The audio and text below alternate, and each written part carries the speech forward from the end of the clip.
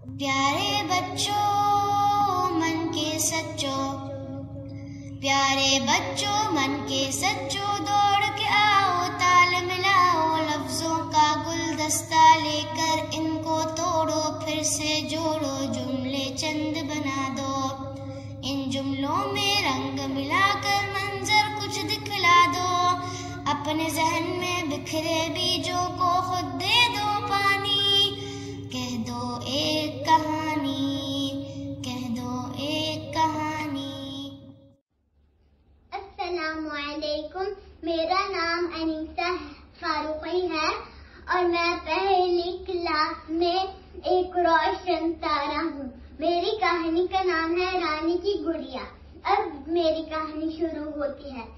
एक बहुत प्यारे शहर में एक बहुत प्यारी बच्ची रहती थी। उसका नाम रानी था। एक दिन रानी खेलते खेलते उसने अपनी गुड़िया खाने की मेज के नीचे छोड़ दी। कमरे का दरवाजा खुला हुआ था और घर की छत में से एक बिल्ली कूद कर नीचे आई। उसने जब गुड़िया को देखा तो उससे गुड़िया के कपड़ों का रंग बहुत प्यारा लगा। बिल्ली ने छुपके से गुड़िया को पकड़ा और बाहर लेकर चली गई। थोड़ी देर में रानी वापस आई। उसने जब देखा तो उसे अपनी गुड़िया नहीं मिली। उसने अपनी बहन से पूछा, आशी, क्या आपने मेरी गुड़िया देखी है? आशी बाहर चिड़ियों को छोटे छोटे रोटी के टुकड़े फेंक रही थी। आशी ने कहा, नहीं, मुझे तो नहीं मिली। फिर इसके बाद रानी ने अम्मी को आवाज दी, अम्मी, अम्मी। अम्मी बर्तन धो रही थी। उन्होंने नल का पानी बंद किया और पूछा, क्या हुआ बेटा?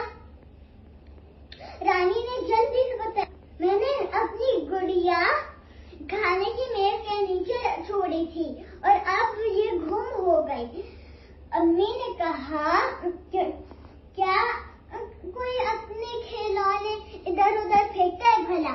फिर इसके बाद रानी ने पूछा, अम्मी बताना कहाँ है? इसके बाद अम्मी को बिल्कुल ही सच याद आया। अरे हाँ, बिल्ली लेकर गई होगी क्योंकि मुझे उसकी आवाज आई थी। रानी जल्दी से भागी और फिर उसने बाहर देखा तो उसे बिल्ली दरख्त पर चढ़ती हुई नजर आई। उसने परेशान होकर इधर उधर देखा तो उसे अपनी गुड़िया नजर आई। फिर वो गुड़िया उठाकर वापस गई और फिर उसने वादा किया कि वो कभी भी ऐसी हरकत नहीं करेगी। आओ बच्चों सुनो कहानी, ना कोई राजा ना कोई रानी। आओ बच्चों सुनो कहानी, ना कोई राजा ना कोई रानी। चिड़िया इसमें, तोते इसमें, हिरन ज़राफ़े